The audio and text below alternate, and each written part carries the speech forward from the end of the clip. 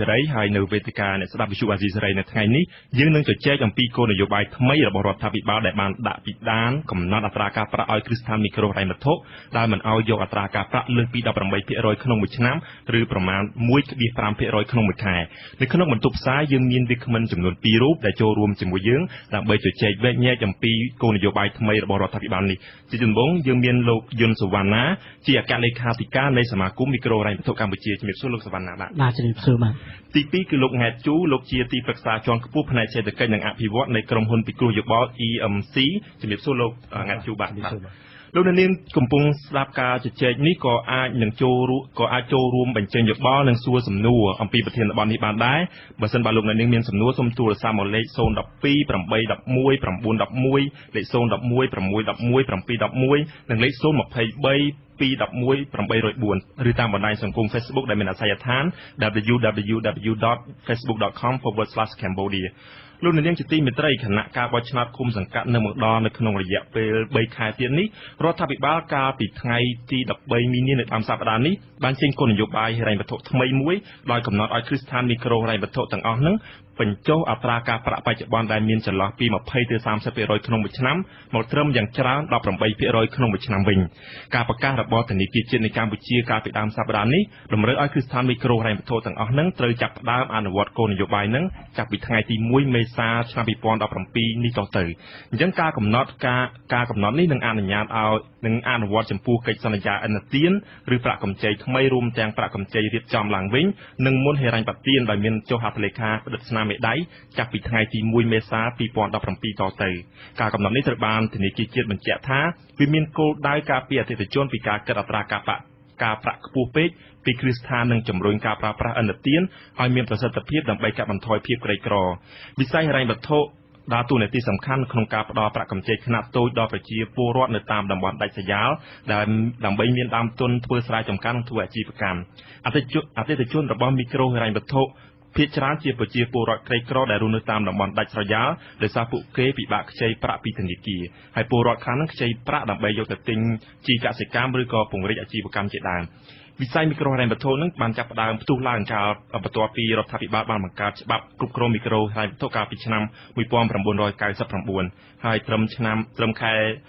វិច្ឆិកាឆ្នាំ2016ប្រជាពលរដ្ឋកម្ពុជាប្រមាណ2លានគ្រួសារដែលភាគច្រើនរស់នៅតាមទីជនបទឬស្មើនឹង 60% នៃចំនួនគ្រួសារសរុបនៅកម្ពុជានឹងកំពុងជាប់បំណុលគ្រឹះស្ថានមីក្រូហិរញ្ញវត្ថុហើយគ្រឹះស្ថានមីក្រូហិរញ្ញវត្ថុដែលសរុបដែលបានចុះបញ្ជីនៅធនាគារជាតិនៃកម្ពុជាមានប្រមាណជា60ស្ថាប័ននៅឆ្នាំ2016ហើយប្រាក់វិនិយោគនៅក្នុងវិស័យនឹងមានតម្លៃប្រមាណ$3,000 លានសហរដ្ឋអាមេរិកអញ្ចឹងយើងនឹងទៅចែកអំពីគោលនយោបាយតើគោលនយោបាយថ្មីការកំណត់ពីដានអត្រាការប្រាក់ឲ្យគ្រឹះស្ថានមីក្រូហិរញ្ញវត្ថុយកមិនឲ្យលើសពី 18% ហ្នឹងប៉ះពាល់ឬក៏ផ្ដល់អត្ថប្រយោជន៍ខ្លះដល់ប្រជាពលរដ្ឋដល់គ្រឹះស្ថានមីក្រូហិរញ្ញវត្ថុហើយនិងដល់សេដ្ឋកិច្ចនៅតាមជនបទឬក៏សេដ្ឋកិច្ចជាតិទាំងមូលដំបូងចង់ជំរាបសួរទៅលោកសវណ្ណាដែលតំណាងឲ្យសមាគមមីក្រូហិរញ្ញវត្ថុកម្ពុជាថាតើសេចក្តីប្រកាសហ្នឹងមុនពេលដែលចេញហ្នឹងថាតើខាងរដ្ឋាភិបាលខាងធនាគារនៃកម្ពុជាមានបានជជែកពិភាក្សាវិនិយោគជាមួយនឹងខាងបណ្ដាញសមាគមគ្រឹះស្ថានមីក្រូហិរញ្ញវត្ថុទេនៅក្នុងវិស័យមីក្រូហិរញ្ញវត្ថុកម្ពុជាយើងដែលមានសមាគមមីក្រូហិរញ្ញវត្ថុកម្ពុជាជាតំណាងហ្នឹងយើងតែងតែធ្វើជាដៃគូសន្ទនាហើយនឹងពិភាក្សាជាញឹកញាប់ជាមួយនឹងរដ្ឋាភិបាលក៏ដូចជានាយកករបស់យើងអាណាព្យាបាលរបស់យើងគឺធនាគារជាតិនៃកម្ពុជាហើយការជជែកវិនិយោគការពិភាក្សាការផ្លាស់ប្ដូរព័ត៌មាននេះវាធ្វើជាប្រចាំពាក់ព័ន្ធជាមួយនឹងរឿងអត្រាការប្រាក់នេះយើងមិនមែនត្រឹមតែជជែកគ្នាពេលថ្មីនេះទេយើងបានជជែកគ្នាយូរមកហើយប៉ុន្តែដែលចាប់ដើមសកម្មមែនទែនគឺក្នុងរយៈពេល 2-3 ឆ្នាំចុងក្រោយនេះដែលយើងអាចមើលឃើញពីទឹកចិត្តរបស់រដ្ឋាភិបាលក៏ដូចជាធនាគារជាតិដែរដើម្បីកាត់ធ្វើម៉េចសម្រាលដល់ទម្ងន់បន្ទុកដល់ប្រជាកសិករយើងដែលលោកត្រូវការហិរញ្ញប្បទានប៉ុន្តែត្រូវបង់ថ្លៃការប្រាក់ខ្ពស់ការយកចិត្តទុកដាក់នេះទាមទារឲ្យរដ្ឋាភិបាលធ្វើគោលនយោបាយមានគ្រប់ទន់ភ្លន់ហើយក៏បន្តពិភាក្សាជាមួយការកំណត់អត្រា 18% ហ្នឹងខាងរដ្ឋាភិបាលមានបានជជែកជាមួយនឹងខាងគ្រឹះស្ថានមីក្រូហិរញ្ញវត្ថុតើឥឡូវហ្នឹងរដ្ឋាភិបាលនឹង ក្រងចេញការកំណត់នឹងថាមានបានជជែកជាមួយមីក្រូហិរញ្ញវត្ថុទេយើងបានជជែកគ្នាពីរឿងអត្រាការប្រាក់ថាធ្វើម៉េចដើម្បីឲ្យអត្រាការប្រាក់ជាពិសេសអត្រាការប្រាក់ផ្ដល់ទៅដល់ប្រជាកសិករនៅក្នុងបទហ្នឹងធ្លាក់ចុះទៀតបាទប៉ុន្តែចំនួន 18% ចំនួន10គឺបញ្ហាតែរឿងតួលេខទេដែលយើងមិនទាន់បានពិភាក្សាច្បាស់លាស់បាទអញ្ចឹងមានន័យថាពេលដែលចេញហ្នឹងគឺអត់ទាន់បានឲ្យខាងគ្រីស្ថានមីក្រូហិរញ្ញវត្ថុដឹងជាមុនទេយើងអាចនិយាយថាធនាគារជាតិលោកទទួលបានព័ត៌មានតាមរយៈការរាយការណ៍ជាប្រចាំខែប្រចាំត្រីមាសហើយនិងប្រចាំឆ្នាំពីគ្រីស្ថានមីក្រូហិរញ្ញវត្ថុក៏ដូចជាប្រតិបត្តិការអន្តរជនបទដែលនៅស្ថិតនៅក្រោមអាជ្ញាធរហើយនិងសមត្ថកិច្ចរបស់ធនាគារជាតិអញ្ចឹងលោកមានព័ត៌មានគ្រប់គ្រាន់ក្នុងការធ្វើការសម្រេចចិត្តការពិភាក្សានិងផ្ដល់យន្តការក្នុងការប្រឹក្សាជាមួយនឹងវិស័យឯកជនគឺជាការបំពេញបន្ថែមនៅចន្លោះខ្វះខាតគ្នានេះអញ្ចឹងខ្ញុំជឿថាតួលេខយើងដឹងឬមិនដឹងមិនសំខាន់តែសំខាន់តើបន្ទាប់ពីបានដាក់ចេញនៅគោលនយោបាយអត្រាការប្រាក់នេះយន្តការដែលយើងត្រូវធ្វើបន្ថែមតើក្នុងនាមជាប្រតិបត្តិការក្នុងនាមជាគ្រីស្ថានមីក្រូហិរញ្ញវត្ថុតើចំណាត់ការទៅមុខដើម្បីនៅតែបន្តសេវាផ្ដល់សេវាហិរញ្ញវត្ថុទៅដល់ប្រជាកសិករបងប្អូនរបស់យើងហ្នឹងតើយើងត្រូវធ្វើអីបន្ថែមទៀតលោកសវណ្ណាក្នុងនាមជាតំណាងសមាគមមីក្រូហិរញ្ញវត្ថុកម្ពុជាថាតើគ្រីស្ថានមីក្រូហិរញ្ញវត្ថុកម្ពុជានឹងប្រតិកម្មយ៉ាងណាចំពោះគោលនយោបាយថ្មីរបស់រដ្ឋាភិបាលដែលកំណត់ពីដានអត្រាការប្រាក់មិនឲ្យលើសពី 18% ហ្នឹងគ្រីស្ថានមីក្រូហិរញ្ញវត្ថុហើយនឹងប្រតិបត្តិការអន្តរជនបទដែលជាសមាជិករបស់សមាគមមីក្រូហិរញ្ញវត្ថុកម្ពុជាហ្នឹងយើងទទួលយកការកំណត់គោលនយោបាយនានាពីធនាគារជាតិរួមទាំងគោលនយោបាយថ្មីពាក់ព័ន្ធជាមួយនឹងរឿងអត្រាការប្រាក់នេះមកដល់ពេលនេះសមាគមមិនទាន់បានធ្វើការវិតម្លៃពេញលេញពីផលប៉ះពាល់ទាំងវិជ្ជមានទាំងអវិជ្ជមានប៉ុន្តែយើងដឹងច្បាស់ពីគោលបំណងរបស់ប្រកាសឬមួយក៏គោលនយោបាយវិធានការប្រាក់នេះគឺគោលបំណងចង់ឲ្យផ្ទេរតម្លៃពីប្រតិបត្តិការអនុទានហ្នឹងទៅដល់ប្រជាកសិករជាពិសេសអ្នកប្រជាកសិករនៅទីដាច់ស្រយាលដែលទទួលកម្ចីខ្នាតតូចនិងតូចបំផុតបាទអរគុណលោកសុវណ្ណាងាកមកលោកង៉ែតជូវិញលោកង៉ែតជូដែលជំនាញខាងសេដ្ឋកិច្ចមីក្រូហិរញ្ញវត្ថុថាតើលោកយល់ឃើញយ៉ាងម៉េចដែរចំពោះគោលនយោបាយថ្មីរបស់រដ្ឋាភិបាលក្នុងការកំណត់ពីដានអត្រាការប្រាក់ឲ្យគ្រីស្ថានមីក្រូហិរញ្ញវត្ថុថាតើរដ្ឋាភិបាលបានអះអាងថាគោលនយោបាយហ្នឹងនឹងជួយឲ្យប្រជាពលរដ្ឋហ្នឹងរួចផុតពីភាពក្រីក្រឬក៏កាត់បន្ថយភាពក្រីក្រដោយសារតែពលរដ្ឋហ្នឹងនឹងបង់ការប្រាក់ហ្នឹងតិចជាងមុនលោកយល់ឃើញយ៉ាងម៉េចដែរខ្ញុំអរគុណខ្ញុំយល់ថាវាពិបាកក្នុងការធ្វើសន្និដ្ឋានដោយមិនបានសិក្សាស៊ីជម្រៅដល់អតិថិជនតែម្ដងបាទ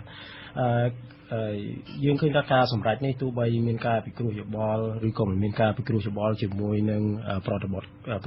ការជាគ្រីស្ថានមីក្រូហិរញ្ញវត្ថុ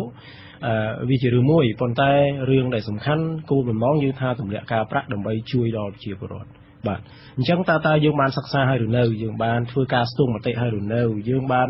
ស្វែងយល់ពីឫសគល់នៃបញ្ហាដែលប្រជាពលរដ្ឋបានជួបប្រទះហើយឬនៅថាតើការប្រាក់ពិតជាអាចជួយបានដែរឬទេបាទចេតនាល្អគាត់តម្លាក់ការប្រាក់ជារឿងល្អទិន្នន័យយើងចេញមកឲ្យធ្លាប់បង់ពីមុនឧទាហរណ៍ថា$100យើងបង់អស់3%វា$3ឥឡូវយើងបង់តែ1កន្លះវាល្អហើយបាទជាទូទៅឲ្យតែថោកល្អបាទក៏ប៉ុន្តែសួរថាពិតជាអាចជួយបានអត់គឺមិនប្រកបបាទតើតែគាត់សិក្សាសិនបាទអញ្ចឹងខ្ញុំមានការព្រួយបារម្ភច្រើនដោយសារបាទព្រួយបារម្ភត្រង់ថាការដែលយើងគាត់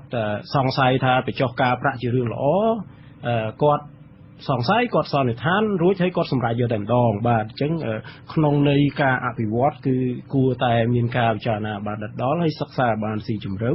គឺបើសិនតែយើងសង្ស័យសូមឲ្យយើងស្រាវជ្រាវសិនបាទថាតើស្អីខ្លះទៅជាបុព្វហេតុនៃបញ្ហាដែលគាត់ពិបាកក្នុងការសងអាចតាក់ទងជាមួយនឹងតម្លៃទំនិញកសិផលដែលគាត់ផលិតបានវាអាចតាក់ទងជាមួយនឹងចំណេះដឹងហិរញ្ញវត្ថុនៅក្នុងការចាត់ចែងលុយកាក់ដែលគាត់ខ្ចីទៅបាទវាអាចតាក់ទងជាមួយនឹងបញ្ហាផ្សេងៗទៀតដែលយើងអត់បានដឹងស៊ីជម្រៅបាទអញ្ចឹងការសម្រេចចិត្តដោយដូចខ្ញុំបានជំរាបគឺថាសង្ស័យយើងសន្និដ្ឋានហើយយើងសម្រេចតែម្ដងមិនមែនជាការអនុវត្តតែសមប្រកបហើយល្អនោះទេគួរតែសង្ស័យយើងសិក្សាទៅហើយចាំយើងសន្និដ្ឋានបាទយើងទាញជាក្តីសន្និដ្ឋានហើយយើង យើងពិគ្រោះយោបល់ឲ្យបានស៊ីជម្រៅហើយយើងដាក់ចេញជាគោលការណ៍មកបាទមានន័យថាអស់ចិត្តទាំងអស់គ្នាបាទកុំឲ្យមានមន្ទិលសង្ស័យបាទឥឡូវយើងមានការមន្ទិលសង្ស័យដែលថាគាត់អះអាងថាល្អប៉ុន្តែសម្រាប់ភាពជាក់ស្ដែងបើសិនណាមិនមានការសិក្សាស្រាវជ្រាវវាតម្លៃស៊ីជម្រៅខ្ញុំក៏ជាទូទៅខ្ញុំមិនយល់ថាល្អប្រហែលដែរបាទលោកតើគោលនយោបាយហ្នឹងវាប៉ះពាល់យ៉ាងម៉េចទៅបើសិនជាយើងមើលពីខាងប្រជាពលរដ្ឋគាត់នឹងបង់អត្រាការប្រាក់តិចជាងមុនប៉ុន្តែតើក្នុងរយៈពេលខ្លីនិងពេលវែងតើគោលនយោបាយថ្មីហ្នឹងនឹងប៉ះពាល់ដល់វិស័យហ្នឹងទាំងមូលយ៉ាងម៉េចខ្លះកាលណាគាត់ដាក់យន្តការបែបហ្នឹងទៅខ្ញុំមើលឃើញថាវាមានសម្ពាធមួយចំនួនដែលគ្រឹះស្ថានមីក្រូហិរញ្ញវត្ថុគាត់ត្រូវប្រឈមបាទអ្វីដែលគាត់ធ្លាប់ប្រកបរបរទទួលទានប្រកបដោយរលូនគឺគាត់ត្រូវប្រឈមគាត់ត្រូវតែសិក្សាស្វែងយល់តើគាត់ត្រូវដូរយុទ្ធសាស្ត្ររបៀបម៉េចក្នុងការផ្ដល់កម្ចីប្រហែលជាផ្ដោតការយកចិត្តទុកដាក់ទៅលើការផ្ដល់កម្ចីធំច្រើនជាងមុនហើយត្រូវកាត់បន្ថយការផ្ដល់កម្ចីខ្នាតតូចបាទនេះគឺជាផលប៉ះពាល់ដែលសំខាន់គាត់អាចកាត់បន្ថយអញ្ចឹងទៅតាមលទ្ធភាពរបស់គាត់ដែលអាចធ្វើទៅបានហើយក្នុងនោះបើសិនណាករណីនេះកាត់បន្ថយនឹងការផ្ដល់ប្រាក់កម្ចីដល់កសិករខ្នាតតូចមានកម្ចីខ្នាតតូចនឹងច្រើនខ្ញុំគិតថាបន្ទុកនៅចុងក្រោយផលប៉ះពាល់ធំគឺវាត្រឡប់ទៅរដ្ឋាភិបាលវិញហើយពីព្រោះតួនាទីរបស់គ្រឹះស្ថានមីក្រូហិរញ្ញវត្ថុគឺជួយបំពេញការខ្វះចន្លោះឬក៏លទ្ធភាពដែលរដ្ឋាភិបាលលោកមិនអាចបំពេញបានបាទលោកសុវណ្ណាមានអីចង់បន្ថែមតើខាងមីក្រូហិរញ្ញវត្ថុហ្នឹងព្រួយបារម្ភយ៉ាងម៉េចទៅតើជួបបញ្ហាទេនៅពេលដែលរដ្ឋាភិបាលណែនាំគោលនយោបាយថ្មីនឹងមកឲ្យខាងមីក្រូហិរញ្ញវត្ថុអនុវត្តចាប់ពីខែក្រោយនឹងតទៅខ្ញុំឆ្លើយយ៉ាងខ្លីថាតើមានគោលនយោបាយថ្មីវាទាមទារឲ្យយើងអនុលោមតាមគោលនយោបាយនោះហើយការអនុលោមវាទាមទារយើងប្រើធនធានហើយនឹងពេលវេលាជួនកាលវាត្រូវការបណ្ដុំបណ្ដាលអញ្ចឹងមិនមែនតែរឿងគោលនយោបាយអត្រាការប្រាក់នេះទេពីដើមអត្រាការប្រាក់នេះទេដែលយើងត្រូវយកចិត្តទុកដាក់រាល់គោលនយោបាយនានារាល់ប្រកាសនិងសេចក្តីសម្រេចបទបញ្ញត្តិនានារបស់រដ្ឋាភិបាលក៏ដូចបទបញ្ញត្តិជាតិដែលប៉ះពាល់ដល់ប្រតិបត្តិការរបស់មីក្រូហិរញ្ញវត្ថុយើងត្រូវយកចិត្តទុកដាក់ហើយខ្ញុំចង់បន្ថែមជាមួយលោកថ្ងៃជួរដែរដែលលោកលើកឡើងពីការសន្និដ្ឋានដោយមិនមានភាពប្រកបវិជ្ជាមកដល់ពេលនេះយើងអត់ទាន់ដឹងថារហូតដល់ពេលដែលយើងមានការប្រឹក្សាយោបល់មួយច្បាស់លាស់ជាមួយនឹងធនាគារជាតិឥឡូវនេះសមាគមមីក្រូហិរញ្ញវត្ថុកម្ពុជាកំពុងតែធ្វើការសិក្សាបឋមមួយដើម្បីវិតម្លៃហើយនឹងទាញការសន្និដ្ឋានបឋមពាក់ព័ន្ធជាមួយនឹងផលប៉ះពាល់ទាំងវិជ្ជមានទាំងអវិជ្ជមានយើងកំពុងសិក្សាហើយរហូតដល់យើងអាចនឹងជួបពិភាក្សាបន្ថែមជាមួយនឹងធនាគារជាតិនិងរដ្ឋាភិបាលយើងនៅខាងសមាគមមីក្រូហិរញ្ញវត្ថុយើងជៀសវាងការសន្និដ្ឋានពីព្រោះការសន្និដ្ឋានហ្នឹងវានឹងមិនប្រកបជាសម្រាប់សមាគមមីក្រូហិរញ្ញវត្ថុយើងជឿថាធនាគារជាតិលោកមានព័ត៌មានគ្រប់គ្រាន់ប្រហែលជាលោកអាចនឹងធ្វើការសម្រេចចិត្តដោយផ្អែកទៅលើព័ត៌មានដែលសមាគមមីក្រូហិរញ្ញវត្ថុពុំមានអញ្ចឹងការសិក្សាមួយដល់ឡែកដែលសមាគមធ្វើជាមួយនឹងគ្រឹះស្ថានដែលជាសមាជិកនឹងអាចប្រមូលព័ត៌មានបឋមមួយដើម្បីវិតម្លៃហើយនឹងសន្និដ្ឋានថាតើកម្រិតនៃការប៉ះពាល់ទៅលើប្រតិបត្តិការនិងជីវភាពរបស់គ្រឹះស្ថានដែលជាសមាជិកហ្នឹងវាមានប៉ុណ្ណាតើផលវិជ្ជមានដែលបានពីការពីការអនុវត្តនៅគោលនយោបាយពីដើមអត្រាការប្រាក់នេះមានអ្វីខ្លះតើអ្វីខ្លះដែលយើងត្រូវធ្វើក្នុងរយៈពេលភ្លាមជាបន្ទាន់ក្នុងរយៈពេលមធ្យមនិងទៅអនាគតរយៈពេលវែងអញ្ចឹងអ្វីទាំងអស់នេះវានៅមិនទាន់មានភាពប្រកបវិជ្ជាមិនទាន់អាចសន្និដ្ឋាននឹងវិតម្លៃសរុបចុងក្រោយបានខ្ញុំជឿថាដើម្បីឲ្យសាធារណជនក៏ដូចជាអ្នកវិភាគលោកបានជួបចិត្តច្បាស់ការសិក្សាស្រាវជ្រាវដោយលោកថ្ងៃជួបានលើកនេះត្រូវតែធ្វើចាំបាច់អ្វីដែលយើងធ្វើគ្រាន់តែជាការសិក្សាបឋមផ្អែកទៅលើព័ត៌មាននិងការរាយការណ៍ពីសមាជិករបស់យើងប៉ុន្តែដូចលោកបានជ្រាបហើយថាបច្ចុប្បន្នហ្នឹងគ្រឹះស្ថានមីក្រូហិរញ្ញវត្ថុហ្នឹងយកអត្រាការប្រាក់ពីអ្នកដែលខ្ចីហ្នឹងចន្លោះពី20ទៅ30%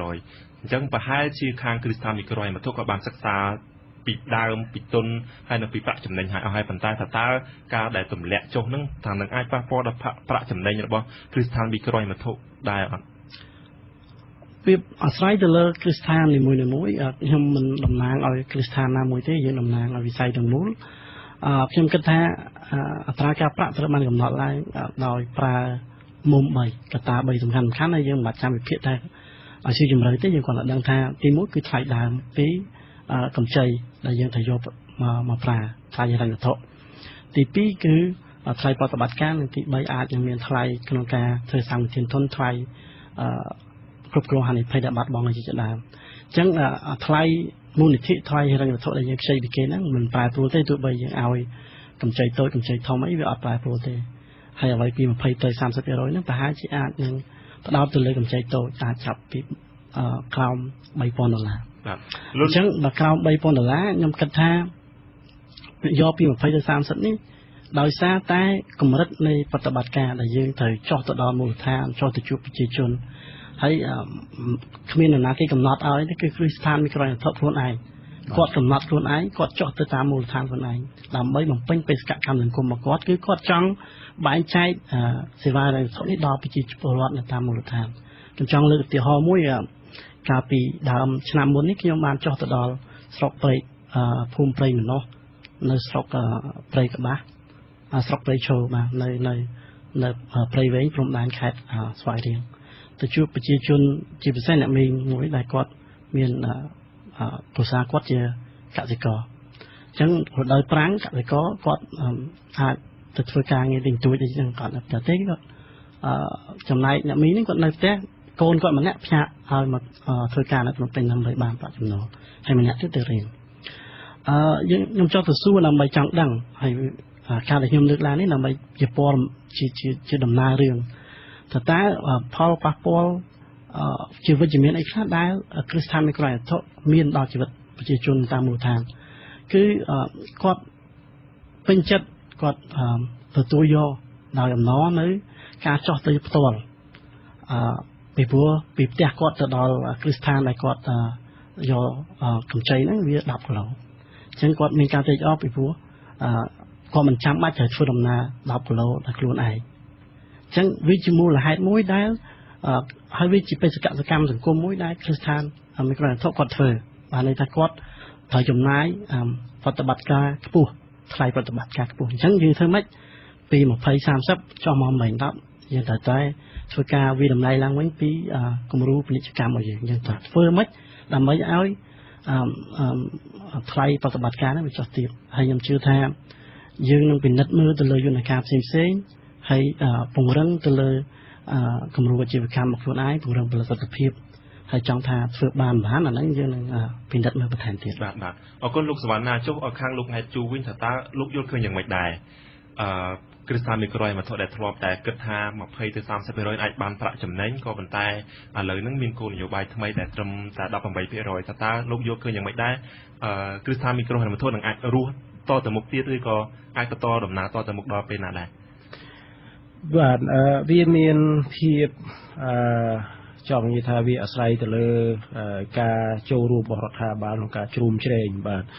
ការដែលគាត់ត្រូវយកការប្រាក់ត្រឹម18% ដែលធ្លាប់យកតាម20-30% ហ្នឹង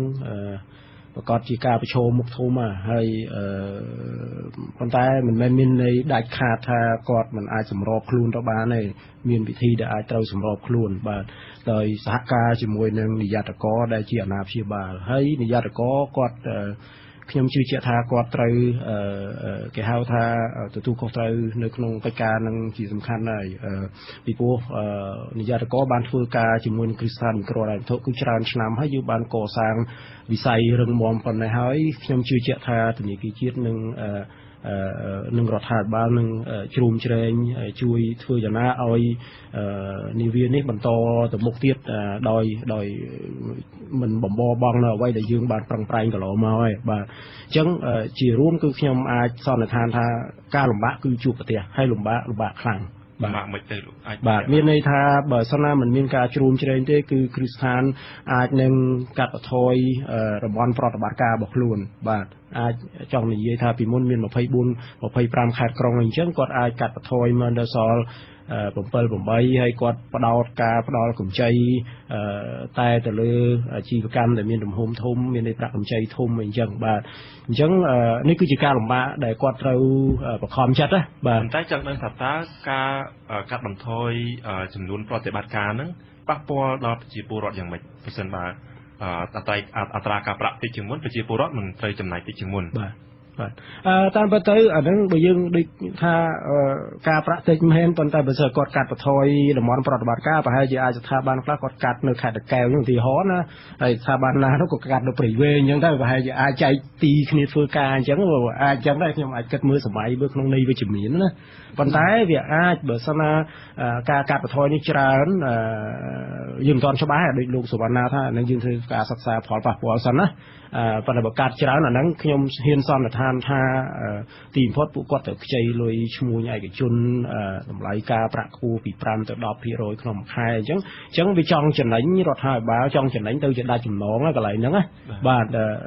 ដោយសារការសម្រេចចិត្តហ្នឹងប៉ុន្តែដល់ពេលនេះយើងមិនទាន់ហ៊ានសន្និដ្ឋានថាវាទៅផ្លូវហ្នឹងទេបាទប៉ុន្តែមុខសញ្ញាវាអាចទៅបើសិនណាមិនមានការគ្រប់គ្រងពីអាជ្ញាធរពីរដ្ឋាភិបាលបានពេញលេញបាទចឹងមានន័យថានឹងមានយន្តការមានយន្តការបាទមានយន្តការទប់ទល់នឹងការមកដល់អានេះហានិភ័យបើសិនមានបាទមានយន្តការហើយត្រូវការទូខុសត្រូវខ្ពស់បាទខ្ញុំគ្រប់គ្រងប្រសាសន៍របស់បងអ្នកជូលោកអ្នកជូលើកឡើងថាយន្តការសំស្របហើយនឹងអាចអនុវត្តបាននឹងត្រូវបានដាក់ចេញហើយសហការជាមួយនឹងតួអង្គនានាដែលពាក់ព័ន្ធដៃគូពាក់ព័ន្ធផ្សេងៗរួមទាំងតំណាងសមាគមមីក្រូហិរញ្ញវត្ថុក៏ដូចជាតំណាងគ្រឹះស្ថានមីក្រូហិរញ្ញវត្ថុដើម្បីពិនិត្យទៅថាយើងធ្វើម៉េចដើម្បីអនុវត្តនៅស្មារតីនិងខ្លឹមសារនៃប្រកាសពាក់ព័ន្ធនឹងពីដានការប្រាក់នេះឲ្យមានប្រសិទ្ធភាពហើយវាទទួលបានគោលបំណងដោយអ្វីដែល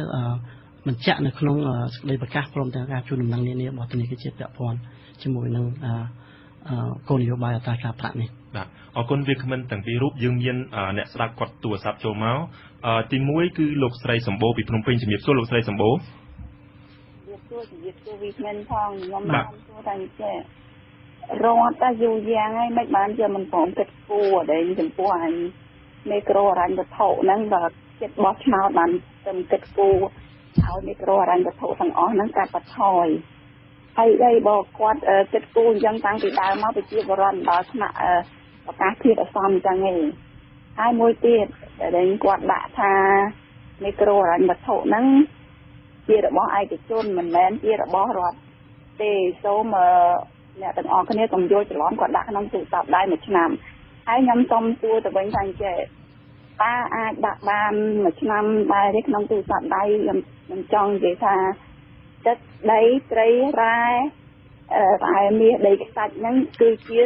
របស់ប្រជាពលរដ្ឋមិនមែនជារបស់ឯកជនទេឬរបស់បុគ្គលណាម្នាក់ទេសូមកុំលក់ផ្ដេសផ្ដាសខ្ញុំសូមដាក់ពាក្យហ្នឹងទៅក្នុងទូរស័ព្ទដៃហ្នឹងមួយឆ្នាំដែរបាទអ្នកអត់ចាអរគុណច្រើនតែប៉ុណ្្នឹងបាទអរគុណច្រើនលោកស្រីសម្បូរបាទយើងមានអ្នកស្ដាប់ម្នាក់ទៀតលោកឈ្មោះហួរមកពីកំពង់ចាមជំរាបសួរលោកហួរសំទោសខ្ញុំលោកឈ្មោះហួរណាបាទលោកមានសំណួរឬក៏មានមតិយោបល់អីទាក់ទងនឹងបញ្ហាប្រធានបទដែលយើងទៅជែកនៅពេលហ្នឹងសូមអញ្ជើញបាទខ្ញុំសូមជំរាបសួរវាគ្មិននឹងអ្នកគ្រូបាទខ្ញុំឲ្យមិនងាកទៅក្រោយត្រង់ថាឡើងខ្ញុំមិនខែហិរញ្ញវត្ថុមិនមែនជារបស់ជារបស់ឯកប្រវត្តិទេហើយក៏បានបដូរ logo បដូរអីតែនេះខ្ញុំចង់និយាយថា logo ដូចជា Avida អញ្ចឹងរូបផងអញ្ចឹងឯងការពីដាក់នោះគេសូមអាជ្ញាប័ណ្ណនោះគេដាក់ទាំងរូបដាក់ទាំង logo នោះទៅសូមអាជ្ញាប័ណ្ណហេតុអីក៏រដ្ឋអនុញ្ញាតលោកយើងជជែកអំពីការដាក់ពីដានអត្រាការប្រាក់យើងអត់ជជែកអំពីការកំណត់ logo ទេ logo នេះយើងបានជជែកពីលើកមុនហើយបាទសូមមានទឹកចំនួនឬមានមតិយោបល់តាក់ទងនឹងបញ្ហាប្រធានបទនេះតែឥឡូវបើសិនជាបង្ខំឲ្យឆ្លើយឲ្យសុខទំនួលខ្ញុំសូមพูดថាអញ្ចឹងพูดថាអ្នកវិភាគថាតែបញ្ចុះអត្រាការប្រាក់ពី 20% មកដល់ 8% នេះវាគួរណាស់តែចំណេញដល់ប្រជាពលរដ្ឋនេះគួរតែជាខ្លះគាត់ថាផលប៉ះពាល់ដល់ប្រជាពលរដ្ឋទៅវិញនឹងជំរុញដល់ជាងត្រូវសួរបាទអរគុណច្រើនលោកហួរបាទជំរាបលាបាទវាគ្មិនទី1គឺលោកស្រីសម្បូរមកពីភ្នំពេញសំណួរប្រហែលជាត្រូវខាងលោកសវណ្ណាច្រើនគាត់សួរថាតើហេតុអីក៏គោលនយោបាយហ្នឹងទើបតែចេញនៅពេលហ្នឹងដែលចិត្តបោះឆ្នោតមកដល់ខ្ញុំគិតថាសំណួរនេះប្រហែលជាអាចត្រូវតំណាងធនាគារជាតិបើសិនជាលោកមានវត្តមានលោកអាចនឹងឆ្លើយជូនឬមួយក៏អាច គោលសំណួរជូនទៅតំណាងខាងធនាគារជាតិអញ្ចឹងមិនលោកអាចដឹងប៉ុន្តែអ្វីដែលខ្ញុំអាចធ្វើការកត់សម្គាល់ព្រោះមិនជាចម្លើយទេខ្ញុំគាត់គិតថាធនាគារជាតិខ្ញុំចង់ឲ្យចង់ជូនជាដំណឹងឲ្យបានដឹងទៅដល់មិត្តអ្នកស្ដាប់ដែរថាធនាគារជាតិលោកធ្វើប្រតិបត្តិការជាអង្គភាពមួយដែលមាននយត្តកម្មនៅខ្លួនឯងបានន័យថាគាត់ជាស្វ័យយ័តអញ្ចឹងគាត់នៅផ្ដាច់ចេញពីអង្គប្រតិបត្តិរបស់យើងគឺរដ្ឋាភិបាលអញ្ចឹងពីរនេះស្ថាប័នពីរនេះគឺផ្សេងពីគ្នាទេបាទអញ្ចឹងការសម្រេចចិត្តនៅគៀកនឹងការបោះឆ្នោតដោយហេតុផលណានោះខ្ញុំសូមមេត្តាយកសំណួរនេះប្រគល់ជូនទៅតំណាងខាងធនាគារជាតិបាទសំណួររបស់លោកហួរវិញគាត់ចង់ដឹងថាដូចយើងបានជជែកពីមុនបានខ្លះហើយថាការបញ្ចុះអត្រាការប្រាក់ហ្នឹងមានផលប្រយោជន៍សម្រាប់ប្រជាពលរដ្ឋក៏ប៉ុន្តែហេតុអីក៏ខាងអ្នកដែលសេដ្ឋកិច្ចខាងអ្នកជំនាញហ្នឹងព្រួយបារម្ភពីគោលនយោបាយថ្មីហ្នឹងវិញលោកហេតុជូមានអីចង់បញ្ជាក់បន្ថែមបាទខ្ញុំចង់បញ្ជាក់ថាគោលនយោបាយថ្មីវាដាក់សម្ពាធដល់ប្រតិបត្តិការហិរញ្ញវត្ថុគឺស្ថានក្រហមហ្នឹងដាក់សម្ពាធមានន័យថាគាត់ប្រឈមមុខជាមួយនឹងការត្រូវការកាត់ចំណាយថ្លៃដើមត្រូវធ្វើយ៉ាងណាកែសម្រួលពីយុទ្ធសាស្ត្រអាជីវកម្មរបស់គាត់ឲ្យសមស្របបាទអញ្ចឹងមានន័យថាចំណាយប្រតិបត្តិការដែលលោកសវណ្ណាបានលើកឡើងដូចថាគាត់ត្រូវផ្ដល់កម្ចីនៅតាមទីជនបទឆ្ងាយ10គីឡូខ្ញុំធ្លាប់មានបទពិសោធន៍ក្នុងវិស័យហ្នឹងមិនមែន10គីឡូកន្លែងខ្លះ50គីឡូទៅ60គីឡូជិះម៉ូតូបាទដល់តំបន់ដាច់ស្រយាលមែនទែនបាទអញ្ចឹងប្រហែលជាគ្រឹះស្ថានមីក្រូហិរញ្ញវត្ថុមួយចំនួនមិនទាំងអស់ហើយអាចមួយចំនួនគាត់ត្រូវកាត់បន្ថយបាទគាត់លេងឲ្យខ្ចីតំបន់ហ្នឹងបាទអាចអញ្ចឹងបើសិនណាគាត់លេងឲ្យខ្ចីយើងចង់ឲ្យគាត់ផ្ដល់ប្រាក់កម្ចីត្រឹម18% ប៉ុន្តែបើគាត់ឈប់ឲ្យខ្ចីមានន័យថាអតិថិជននឹងបាត់ជំរឿសបាទអស់ឱកាសបាទទទួលបានកម្ចីមីក្រូហិរញ្ញវត្ថុពេលបច្ចុប្បន្ននៅតំបន់ណាមួយនោះអញ្ចឹងណាអញ្ចឹងវាអាចទៅជាផលអវិជ្ជមានណាដែលខ្ញុំចង់បញ្ជាក់ឲ្យមានការព្រួយបារម្ភអញ្ចឹងហើយដែលទាមទារឲ្យយើងអំពាវនាវដល់រដ្ឋាភិបាលអំពាវនាវទៀតគឺថាឲ្យគាត់ជួយពិចារណាត្រង់ចំណុចហ្នឹងហើយបើសិនណាប្រជាពលរដ្ឋឈប់បានទទួលកម្ចីអាហ្នឹងវាទៅតំបន់ណាមួយជាក់លាក់វាទៅជាបន្ទុករបស់រដ្ឋាភិបាលហើយបាទលោកមួយទៀតហ្នឹងចង់ជជែកបញ្ហាថាតើពេលបច្ចុប្បន្នហ្នឹងមានគ្រឹះស្ថានមីក្រូហិរញ្ញវត្ថុណាមួយឬក៏ច្រើនដែលគាត់យកអត្រាការប្រាក់ត្រឹម 18% ឬក៏ក្រោមហ្នឹងអ្វីដែលយើងអាចដឹងគឺថាគ្រឹះស្ថានមានគ្រឹះស្ថានដែលគាត់ផ្ដល់កម្ចីក្នុងអត្រាការប្រាក់ 8-10% ឬមួយក៏ទាបជាងនេះផងអញ្ចឹងវាអាស្រ័យទៅលើដូចដែលយើងបានលើកអញ្ចឹងថាប្រតិបត្តិការគាត់វាអស់ថ្លៃខ្ពស់ដោយសារហេតុអីដែរបាទអត់ទៅអស់ថ្លៃខ្ពស់ពួកអីលោកទាំងពីរមិញថាកន្លែងខ្លះត្រូវ10គីឡូ50គីឡូឯងបានទៅដល់អតិថិជនកម្ចីយើងបែងចែកជាទំហំអនុទានបែងចែកតាមកម្រិតហានិភ័យរបស់អតិថិជននិងប្រវត្តិអនុទានរបស់គាត់អញ្ចឹងវាអាចនឹងស្មុគស្មាញយើងសន្មត់ត្រឹមហ្នឹងហើយប្រជាជនភាគច្រើនទទួលបានកម្ចីក្រោម$500យើងគិតទៅប្រហែលជាចូល40%ចឹងបើយើងគិត2លានអ្នកវា80ម៉ឺនអ្នក80ម៉ឺនអ្នកដែលគាត់ទទួលកម្ចីទាបជាង$500ហើយភាគច្រើនអ្នកដែលទទួលបានកម្ចី$500ឬក៏2លានរៀលនេះភាគច្រើនគាត់នៅតំបន់ដាច់ស្រយាលគាត់នៅតាមទីជនបទអញ្ចឹងដូចអ្វីដែលលោកអ្នកជួលើកឡើងអញ្ចឹងថាបើសិនជាយើងចោះអត្រាការប្រាក់មក 18% គេលោកបំរើគាត់មិនបានវាអាចអញ្ចឹងដែរប៉ុន្តែយើងក៏ត្រូវពិនិត្យមើលទៅលើកលៈទេសៈមួយចំនួនដែរជួយការ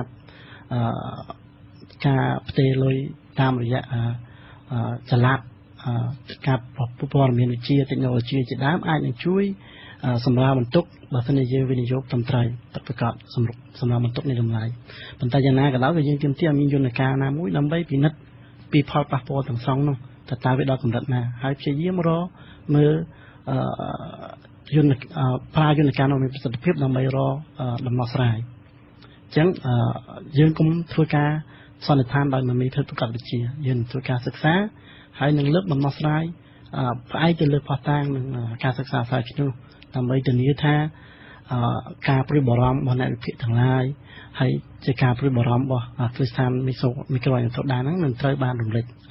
ឆ្លុះបញ្ចាំងនៅក្នុងការសិក្សាស្រាវជ្រាវនោះបាទ យើងចង់ដឹងថាមិញខាងតំណាងគ្រីស្តានមីក្រៃវត្ថុបញ្ជាក់ឲ្យថាត្រូវការមើលត្រូវការធ្វើផែនការរៀបចំអីតទៅមុខទៀតហើយខាងលោកថ្ងៃជូក៏គាត់បញ្ជាក់អំពីរឿងការព្រួយបារម្ភទៅហានិភ័យដែលអាចមកដល់ក៏ប៉ុន្តែថាតើអ្វីដែលអាចធ្វើនៅពេលនឹងបានដើម្បីទប់ស្កាត់ហានិភ័យទាំងអស់នឹងមកបានតើខាងតំណាងមីក្រូហិរញ្ញវត្ថុខាងគ្រីស្តានមីក្រូហិរញ្ញវត្ថុហ្នឹងគាត់ចង់បានយន្តការអ្ហ្មិចដើម្បីជួយចូលរួមទប់ស្កាត់នៅហានិភ័យដែលអាចប្រឈមនឹងដោយសារតែគោលនយោបាយថ្មីហ្នឹងដោយដែលយើងបានលើកយ៉ាងដើមថាធនាគារជាតិលោកបានដាក់ចេញនៅគោលនយោបាយត្រាការប្រាក់នេះខ្ញុំជឿថាប្រហែលជាផ្អែកទៅលើព័ត៌មានដែលលោកមានហើយបើសិនជាវាអាចនឹងមានផលប៉ះពាល់ក្នុងនាមជាអ្នកធានានៅស្ថិរភាពហើយនៅកំណើននៅក្នុងប្រព័ន្ធធនាគារនៃរដ្ឋធនាគារជាតិនិងពិចារណាពីយន្តការសមស្របតែទោះបីយ៉ាងណាក៏ដោយខ្ញុំរំពឹងថាយន្តការនោះមានការសហការពីខាងផ្នែកឯកជនក៏ដូចជាជាមួយនឹងរាជរដ្ឋាភិបាលដែរដើម្បីធានានៅប្រសិទ្ធភាពហើយនឹងពន្លឿននៅការអនុវត្តលោកអ្នកជួតើអ្វីដែលខាងភាគីពាក់ព័ន្ធដែលអាចចូលរួមដោះស្រាយបញ្ហាដែលដោយសារតែគោលនយោបាយថ្មីនឹងបានបាទតួអង្គសំខាន់នៅក្នុងសាច់រឿងនេះគឺរដ្ឋាភិបាលគឺចង់សម្ដៅទៅលើធនាគារជាតិដែលជាសេនាធិការរបស់រដ្ឋាភិបាលបាទកូនសោនៅក្នុងដៃគាត់ហើយគាត់ចង់ជួយនៅក្នុងវិស័យនេះតាមវិធីណាគាត់មានលទ្ធភាពច្រើនបាទនៅក្នុងការសម្រេចចិត្តបាទចំណែកឯគ្រីស្តានមីក្រូហិរញ្ញវត្ថុក៏ដូចជាសមាគមគ្រីស្តានមីក្រូហិរញ្ញវត្ថុខ្ញុំអាចមើលឃើញណាលោកសវណ្ណាក៏អាចមានទស្សនៈផ្សេងពីខ្ញុំថា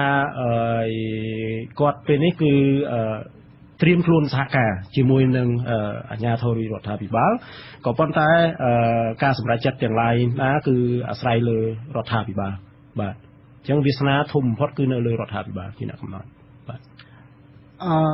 ខ្ញុំឯកភាពភាគច្រើនព្រោះថាតួអង្គសំខាន់ដែលពាក់ព័ន្ធដោយត្រង់នៅក្នុងបញ្ហានេះពាក់ព័ន្ធដោយផ្ទាល់ហ្នឹងគឺថាមានរាជរដ្ឋាភិបាលនិងធនាគារជាតិតួអង្គសំខាន់ហើយបន្ទាប់មកយើងមានប្រតិបត្តិការដែលមានគ្រីស្តានមីក្រូហិរញ្ញវត្ថុនិងប្រតិបត្តិការនៅធានជនបទដែលស្ថិតនៅក្រោមវិសាលភាពនៃប្រកាសពីដានអត្រាការប្រាក់ហ្នឹងហើយពីតួអង្គពីរសំខាន់នេះយើងមានតួអង្គមួយទៀតដែលយើងមិនទាន់បានលើកដល់គឺអ្នកផ្ដល់ប្រាក់កម្ចីវិនិយោគិនហើយនិងអ្នកផ្ដល់កម្ចីពីខាងក្រៅជាដើមហើយបន្ទាប់មកគឺអតិថិជនអញ្ចឹងតួអង្គ4នេះសំខាន់ដូចគ្នាហើយសុទ្ធតែសមាគមមីក្រូហិរញ្ញវត្ថុមានតួនាទីរបៀបម៉េចក្នុងការធានាឲ្យបង្កើតយន្តការណាមួយហើយដើរទៅមានប្រសិទ្ធភាពយើងសហការជាមួយនឹងរាជរដ្ឋាភិបាលហើយនឹងចូលរួមក្នុងយន្តការណាក៏ដោយដែលរដ្ឋាភិបាលនឹងបង្កើតជាមួយនឹងធនាគារជាតិដើម្បីធានាប្រសិទ្ធភាពក្នុងការអនុវត្តនៅប្រកាសនេះហើយទាញយកនៅលទ្ធផលវិជ្ជមានដោយពិនិត្យមើលនិងដោះស្រាយនៅផលប៉ះពាល់ដែលជាអវិជ្ជមានហើយបន្ទាប់មកយើងនឹងសិក្សាធ្វើការស្រាវជ្រាវផ្សេងឲ្យផ្ដល់ទូនាទីមួយផ្នែកធំទៅដល់អ្នកផ្ដល់កម្ចីរបស់យើងទៅពិភាក្សាជាមួយគាត់ដើម្បីស្វែងរកដំណោះស្រាយមួយសមស្របដែរហើយយើងក៏ត្រូវតែផ្ដល់លទ្ធភាពនិងទូនាទីមួយយ៉ាងសំខាន់ទៅដល់អតិថិជនដែរព្រោះប្រជាពលរដ្ឋលោកមានទូនាទីរបស់គាត់បាទយើងមានអ្នកស្ដាប់ម្នាក់ទៀតលោកសុនធុនមកពីខេត្តកំពង់ធំជំរាបសួរបាទជំរាបសួរបាទសូមអញ្ជើញបាទមានសំណួរឬក៏មតិយោបល់អីសូមអញ្ជើញបាទអរគុណណាស់ដែលយើងយកទៅលំបាត់ដល់ដៃសុខមកទៅយើងពីទៅដល់ទៅឯកជនតាមពិតរដ្ឋាភិបាលលោកមានទូរទស្សន៍មកបកស្រាយក្នុងរឿងវិជាទេប៉ុន្តែដោយសារមានតែខាងឯកជនអញ្ចឹងខ្ញុំមិនបដិសេធទេខាងរដ្ឋាភិបាលជំនះអាលឹកនឹងមកថាវិស័យឯកជននឹងជារបស់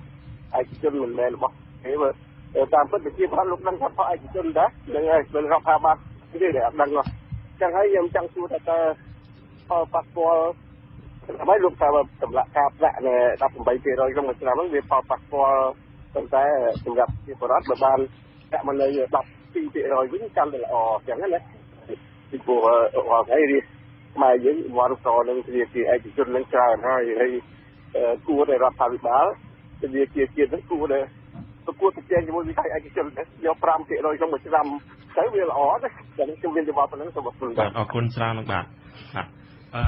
ចង់បញ្ជាក់មួយទៀតថាតើរាល់ថ្ងៃនឹងខាងគ្រឹះស្ថានមីក្រូហិរញ្ញវត្ថុហ្នឹងគាត់យកប្រភពទុនមកពីណាដើម្បីឲ្យប្រជាពលរដ្ឋខ្ចី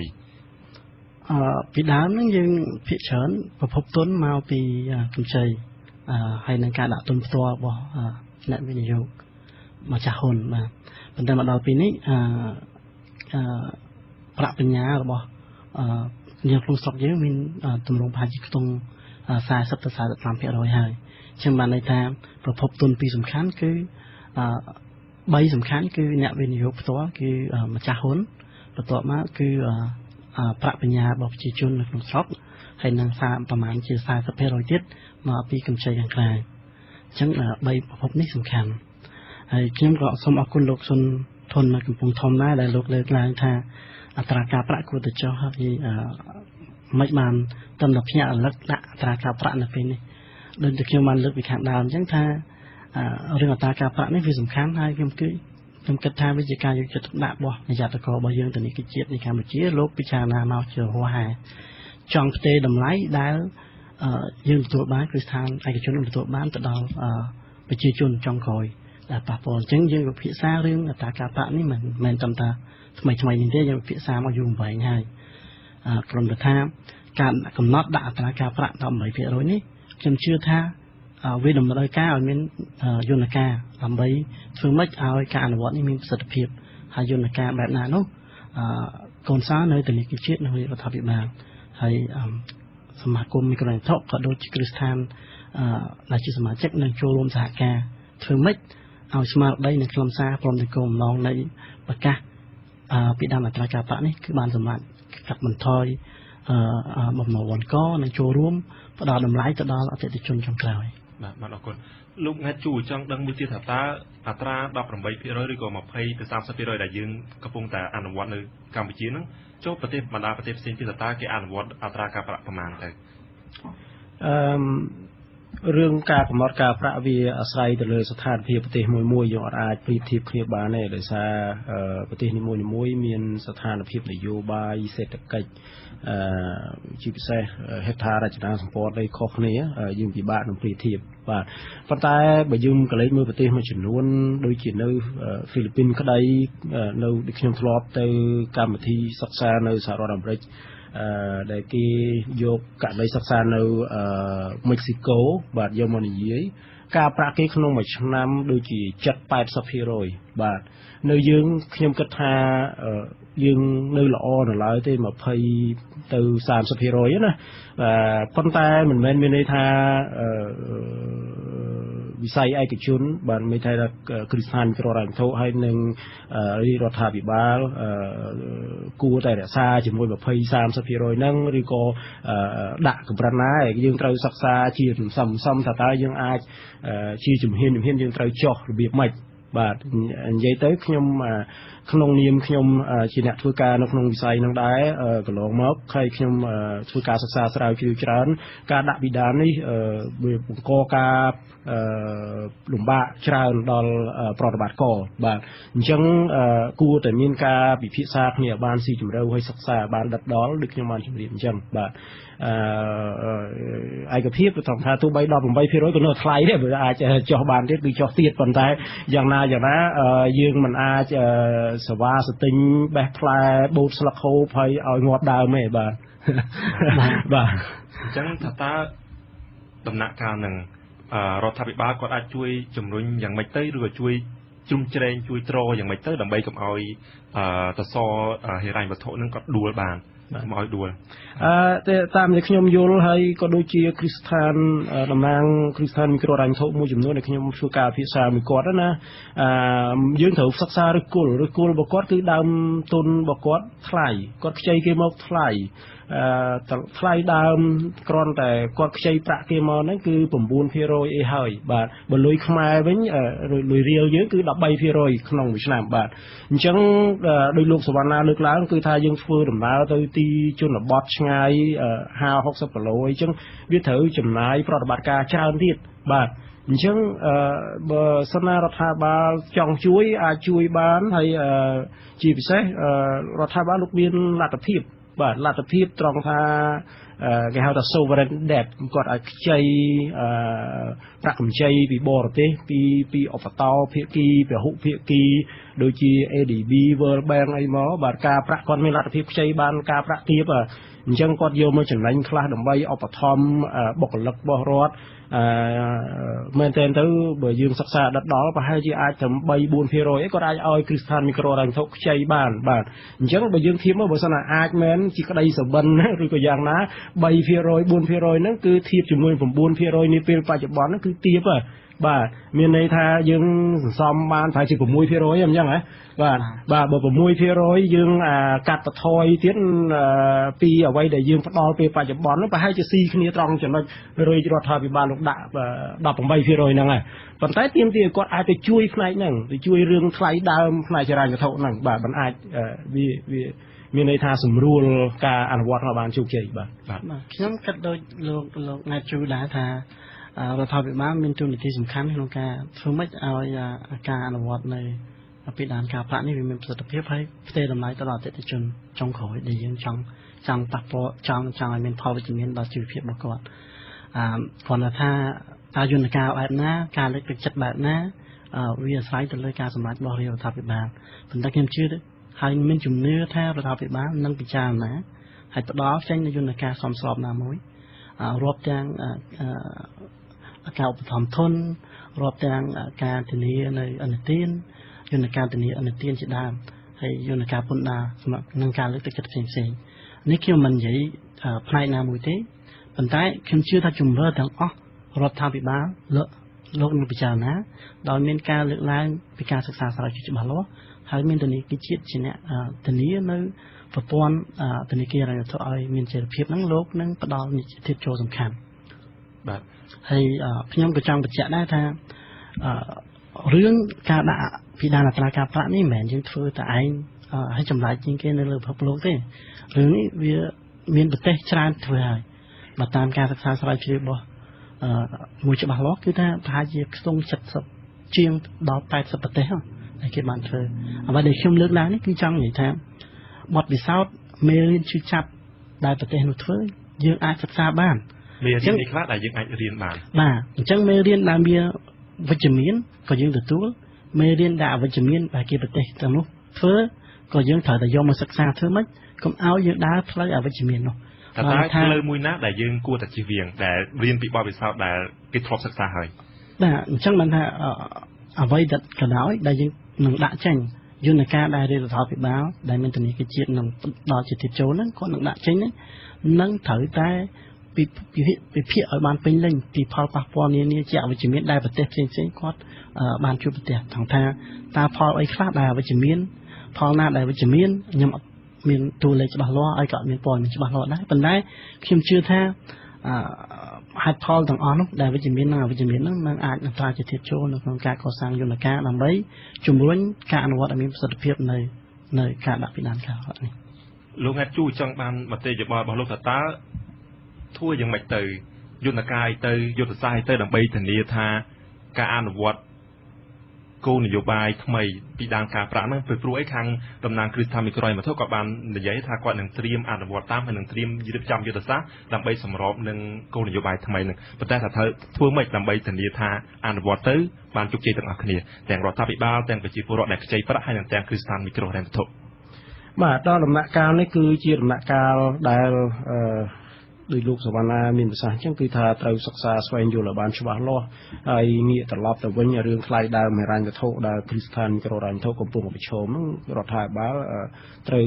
លូកដៃត្រង់ចំណុចហ្នឹងត្រូវជួយត្រង់ចំណុចហ្នឹងបាទឬក៏អាចតាក់ទងយន្តការពន្ធដារជាដើមបាទអញ្ចឹងវាដំណាក់កាលនេះគឺជាដំណាក់កាលដែល